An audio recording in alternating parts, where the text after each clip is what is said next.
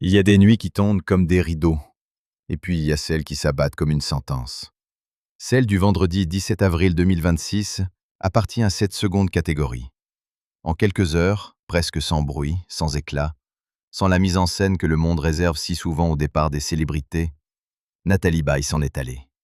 À 77 ans, l'une des plus grandes figures du cinéma français a quitté la scène du monde dans le silence de son appartement parisien, laissant derrière elle un pays soudain plus froid, plus vide, comme si une lumière familière s'était éteinte dans un couloir que l'on croyait encore habité.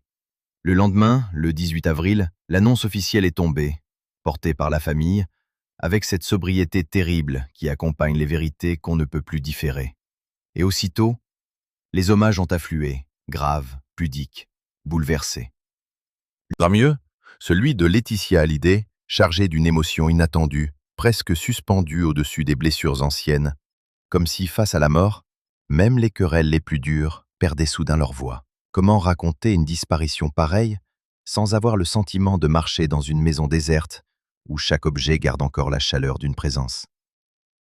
Comment écrire le nom de Nathalie Baye au passé quand, depuis plus de 50 ans, il semblait confondu avec l'idée même d'un certain cinéma français, élégant sans arrogance, puissant sans démonstration, populaire sans vulgarité? Elle n'était pas seulement une actrice immense, elle était une manière d'être au monde, une façon de regarder les failles humaines sans jamais les juger, une voix discrète dans un milieu qui récompense souvent le vacarme. Sa carrière, longue de plus d'un demi-siècle, aura traversé les générations, les modes, les révolutions esthétiques, les drames intimes et les renaissances artistiques, jusqu'à composer une filmographie de plus de 80 œuvres et un palmarès rarissime de 4 Césars, ce chiffre qui, à lui seul, dit déjà quelque chose de la place qu'elle occupait. Mais les morts les plus troublantes sont parfois celles qu'on croyait préparées sans jamais les avoir vraiment acceptées. Car derrière le visage public, derrière la distinction intacte, derrière cette réserve presque légendaire, les dernières années de Nathalie Baye furent celles d'un combat obscur, mené loin des plateaux, loin des tapis rouges, loin des flashs qui avaient si longtemps couru après elle.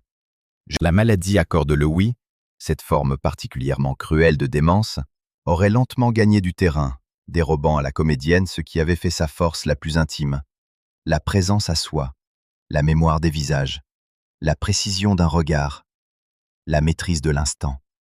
Ce mal n'avance pas toujours comme une tempête visible. Il ronge comme un brouillard. Il dérègle sans prévenir. Il trouble les perceptions, mêle hallucinations, désorientation, perte cognitive et atteinte motrice.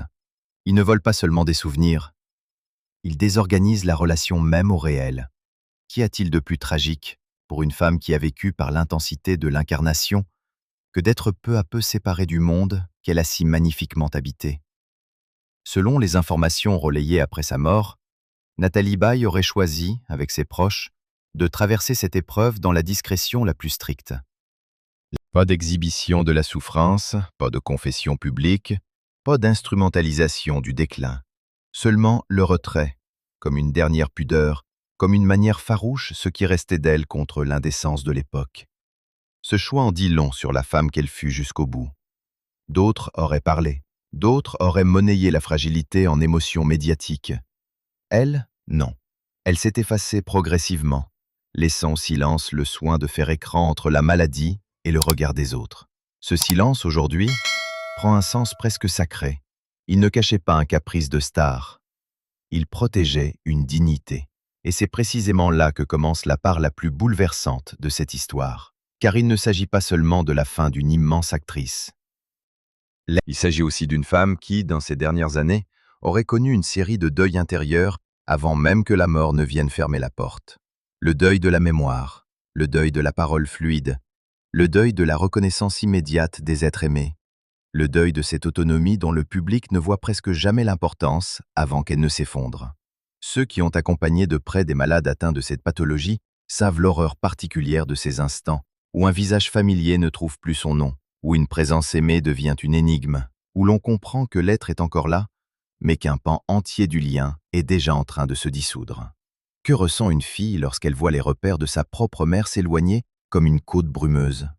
Que reste-t-il à dire, sinon l'amour, encore et encore, même lorsqu'il n'est plus certain d'être reconnu. Le nom de Laura Smet revient forcément au centre de ce drame, non seulement parce qu'elle fut la fille de Nathalie Baye, mais parce que leur relation, au fil des années, n'a jamais été une ligne simple. Entre l'admiration, la transmission, les blessures héritées de la célébrité, les conflits, les distances, puis les rapprochements, leur lien portait cette complexité que les familles célèbres vivent souvent sous une lumière impitoyable. Il serait plus confortable de raconter une relation parfaitement lisse, de transformer la réalité en icône familiale irréprochable. Mais ce serait trahir ce que furent ces vies. Il y a eu des tensions, des désaccords, des années difficiles, et aussi cette charge émotionnelle immense liée à l'histoire de Johnny Hallyday, à sa disparition, puis à la guerre de succession qui a ravagé l'espace privé sous les yeux du public. Pourtant, dans les derniers temps, ce qui demeure n'est pas le bruit des fractures, mais la persistance d'un attachement plus profond que les désordres. Les liens compliqués sont parfois les plus indestructibles. Ils résistent mal à l'orgueil, mais bien à l'amour. Autour de ce nom, Johnny Hallyday, plane encore une autre ombre, celle d'un passé judiciaire et affectif qui a profondément marqué le clan. Après la mort du rocker en 2017, la bataille autour de son héritage avait déchiré les siens, opposant notamment Laetitia Hallyday à Laura Smet et David Hallyday, avec Nathalie Baye prenant alors publiquement position pour défendre sa fille. Les mots furent durs, les blessures réelles, les camps irréconciliables pendant un temps. Puis, en 2020, un accord définitif fut annoncé, signe d'un apaisement au moins partiel entre Laetitia Hallyday et Laura Smet. Ce détail, à lui seul, pèse lourd dans la scène qui se joue aujourd'hui. Face à la disparition de Nathalie Baye, Laetitia choisit non pas le retrait gêné, non pas la froideur diplomatique, mais le respect, la compassion, l'hommage. Comme si, soudain, les années de tension étaient reléguées à l'arrière-plan par une évidence plus grande. On ne s'adresse plus ici à une adversaire symbolique, mais à une fille qui vient de perdre sa mère. Dans ces moments-là, la vie rappelle parfois les êtres à leur part la plus humaine. Cette réaction de Laetitia Hallyday a frappé parce qu'elle raconte autre chose qu'une simple formule de circonstance. Elle raconte la suspension du conflit devant la gravité absolue. Elle raconte aussi ce paradoxe des familles publiques. Elles se déchirent devant la France entière, puis se retrouvent réunies par les mêmes pertes, les mêmes tombeaux, les mêmes silences. Ce n'est pas une réconciliation hollywoodienne, ce n'est pas l'effacement magique du passé. C'est plus sobre, plus vrai, et peut-être plus bouleversant.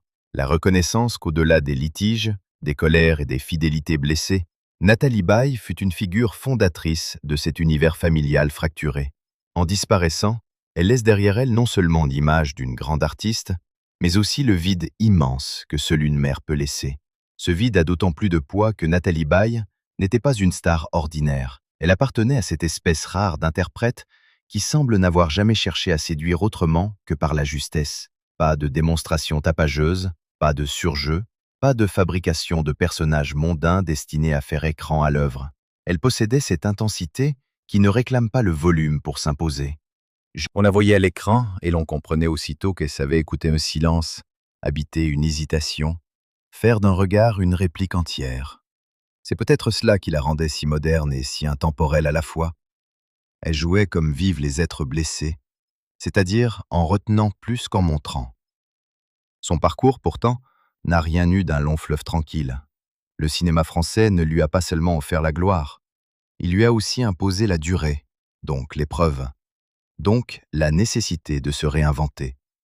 Elle a traversé les décennies sans se laisser fossiliser dans une image. Des années 1970 à ses rôles plus récents, elle a travaillé avec plusieurs générations de cinéastes et conservé cette qualité rarissime, être immédiatement identifiable sans jamais se répéter. Plus de 80 films, c'est une somme, mais ce n'est pas qu'un chiffre.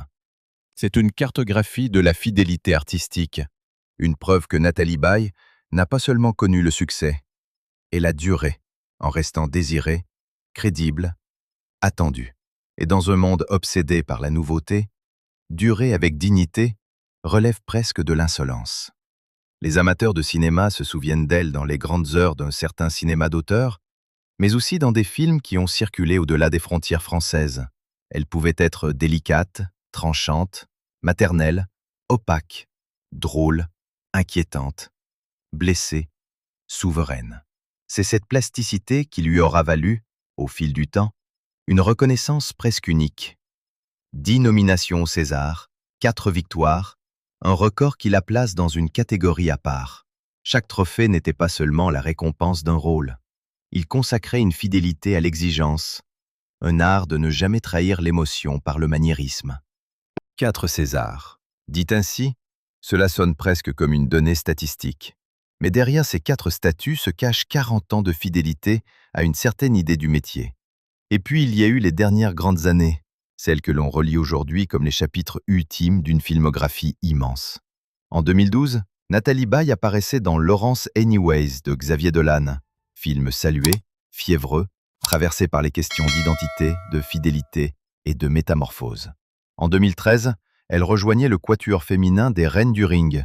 Puis en 2014, elle endossait pour la première fois à l'écran un rôle de grand-mère dans Lou, Journal infime, tout en accompagnant Raphaël Personnaz dans l'affaire SK1. En 2015, elle revenait au premier plan avec La Volante, puis Préjudice. En 2016, elle retrouvait Xavier Dolan pour Juste la fin du monde, prestation qui lui valut une nouvelle nomination au César, avant d'enchaîner avec Mocha, thriller psychologique tendu et trouble. Il y a quelque chose de poignamment ironique à relire cette suite de rôles aujourd'hui. Jusqu'au bout, elle a continué d'habiter des récits faits de tensions intérieures, de secrets, d'usure des liens, de vérités qui se disent mal. Comme si sa trajectoire artistique avait sans le savoir préparé le langage même de son adieu. Mais réduire Nathalie Baye à sa seule carrière serait encore la diminuer. Une existence de cette intensité laisse des traces ailleurs que sur les écrans. Son engagement auprès de l'Institut Jane Goodall France et sa présence au comité d'honneur de l'Association pour le droit de mourir dans la dignité rappellent qu'elle ne se concevait pas seulement comme une interprète, mais aussi comme une conscience. En 2012, elle avait d'ailleurs co-signé un appel demandant aux candidats à la présidentielle de s'engager vers une loi légalisant l'euthanasie. Ces engagements, relus après sa disparition et à la lumière de la maladie qui l'a frappée, prennent une profondeur presque vertigineuse. Non pas parce qu'ils permettraient de réécrire sa fin à partir de ses convictions, ce qui serait abusif, mais parce qu'ils témoignent d'une sensibilité constante à la question de la dignité, de la vulnérabilité et de la souffrance. Une artiste qui réfléchit à la manière dont on vit, mais aussi à la manière dont on quitte le monde, n'est jamais une simple célébrité. Le plus glaçant dans cette affaire est peut-être justement le contraste. D'un côté, la femme lumineuse des festivals, les robes sobres, le sourire contenu, la voix calme, l'allure inimitable de celles qui n'ont pas besoin de prouver qu'elles sont importantes. Et de l'autre, les dernières années marquées par une atteinte neurologique implacable, capable de désorganiser la mémoire, de brouiller les repères, d'introduire des visions, des peurs, des confusions, des pertes de contrôle du corps lui-même. Ce n'est pas seulement la souffrance qui bouleverse, c'est l'écart entre ce que fut cette femme dans la conscience collective et ce qu'elle a pu devoir endurer dans l'intimité. Le public se souvient des applaudissements à Cannes. Les proches, eux, auront sans doute connu d'autres scènes. Les répétitions involontaires, les instants de stupeur, la fatigue extrême, les visages qu'on ne reconnaît plus, les absences soudaines au milieu des présences. Peut-on imaginer tragédie plus intime? Ce contraste éclaire aussi la décision de retrait. Dans une époque qui transforme tout en contenu, Nathalie Baye aura refusé que son déclin soit consommé comme une actualité. Elle a protégé sa fin comme on protège une chambre fermée. On peut y voir une forme de résistance presque politique. Non, tout ne doit pas être vu. Non, la célébrité ne donne pas au public un droit de regard sur l'effondrement d'un corps ou la confusion d'un esprit. Non, la notoriété n'abolit pas le droit à la pudeur. Cette leçon-là, silencieuse, est peut-être l'une des plus fortes qu'elle laisse derrière elle. Et pourtant, malgré ce retrait, le mystère de sa présence restait intact. Nathalie Baye faisait partie de ces visages qui semblent avoir traversé la vie des spectateurs comme un proche lointain. On ne les connaît pas, mais on a grandi avec eux. On ne leur a jamais parlé, mais ils habitent une mémoire collective. Lorsqu'ils disparaissent, ce n'est pas seulement une carrière que l'on salue, c'est un morceau de temps personnel qui vacille. Qui n'a pas, quelque part, un souvenir lié à un film, à une scène, à un soir de télévision, à un visage de Nathalie Baye aperçu dans la lumière d'un écran? Qui n'a pas éprouvé, au moins une fois, cette impression qu'elle jouait toujours un peu plus vrai que les autres? Le plus poignant aujourd'hui n'est pas seulement d'énumérer ses rôles, ni même de célébrer son talent. C'est de comprendre ce que sa disparition révèle de notre rapport aux icônes. Nous les croyons inusables parce que nous les avons vues traverser nos propres années. Elles vieillissent, certes, mais dans notre imaginaire, elles restent arrimées à une permanence rassurante. Puis un matin, la nouvelle tombe, sèche, irréversible, et l'on comprend que les légendes aussi ont une chambre obscure, des médicaments sur une table, des angoisses nocturnes, des fragilités que la lumière des projecteurs n'efface jamais. Ce rappel est brutal. Il est nécessaire aussi. Derrière la légende, une femme. Derrière le mythe, un corps. Derrière le visage immortalisé par le cinéma, la vulnérabilité la plus humaine. Laura Smet, au cœur de ce séisme, porte sans doute cette douleur dans sa forme la plus nue. Perdre sa mère, c'est déjà perdre l'une des rares personnes capables de nous rappeler à notre origine la plus profonde. La perdre après des années compliquées, après des réconciliations, après le temps long des blessures et des apaisements, c'est encore autre chose. C'est comprendre que tout ce qui n'a pas été dit restera désormais à jamais dans l'ombre. C'est mesurer que les gestes de tendresse tardifs, les pardons implicites, les regards revenus, prennent soudain une valeur infinie. On imagine la violence intérieure de ces derniers mois. Accompagner sans pouvoir guérir, aimer sans toujours être reconnu, tenir la main d'une femme immense pendant que la maladie défait ce qui restait de certitude. Il existe des héroïsmes dont personne ne parle parce qu'ils n'ont pas de scène. Celui-là en est un. Laetitia Hallyday, en adressant ses condoléances avec gravité, a sans doute compris cela. Son hommage n'efface rien du passé, mais il se situe ailleurs. Il appartient à cet instant rare où les querelles humaines reculent devant l'évidence de la perte. Une mère est morte. Une actrice immense s'est tue. Une fille est en deuil. Et dans cet ordre très simple des choses, les vieilles oppositions cessent un moment d'occuper tout l'espace. Ce geste, en apparence discret, restera peut-être comme l'un des signes les plus émouvants de cette journée. Au bord du tombeau, il existe encore des gestes qui relèvent non de la stratégie, mais de la décence. Pendant ce temps, le cinéma français compte ses disparus et regarde le vide. Car Nathalie Baye n'était pas seulement célèbre, elle était un repère. Une actrice de cette trempe sert de boussole à toute une profession. Les plus jeunes la regardent pour comprendre ce qu'est la tenue d'un rôle, la pudeur d'un jeu, la discipline d'une carrière. Les cinéastes la convoquent comme on appelle une évidence. Les spectateurs, eux, la retrouvent comme on retrouve un refuge. Quand une telle figure disparaît, ce n'est pas seulement un nom qui s'ajoute à la liste des grands morts. C'est une texture du cinéma qui s'éloigne, une certaine idée du métier, une noblesse sans emphase, une autorité douce mais incontestable. On repense alors à ce qu'elle représentait à l'écran. Des femmes traversées par la contradiction, ni saintes ni monstres. Des êtres capables d'aimer mal, de souffrir droit, de se taire longtemps, d'exploser parfois. Nathalie Baye savait jouer les blessures sans chercher à les embellir. Elle savait rendre visible la fatigue morale, l'ambivalence, la peur de céder, la difficulté d'aimer. Peut-être est-ce pour cela qu'elle touche autant au moment de partir. Parce qu'elle n'a jamais triché avec la complexité humaine. Et qu'au fond, sa propre fin, avec sa part de douleur, de retrait, de mystère et de dignité, semble tristement accordée à ce qu'elle savait montrer des êtres. Leur grandeur n'abolit jamais leur fragilité. Les derniers hommages qui se multiplient disent tous, à leur manière, la même chose. Avec Nathalie Baye, disparaît une voix singulière. Une voix qui ne ressemblait à aucune autre. Une présence qui ne s'imposait ni par le scandale, ni par la surexposition, mais par cette qualité de vérité que le cinéma ne fabrique pas artificiellement. Il faut des années pour bâtir une telle relation avec le public. Il faut une vie entière pour la mériter.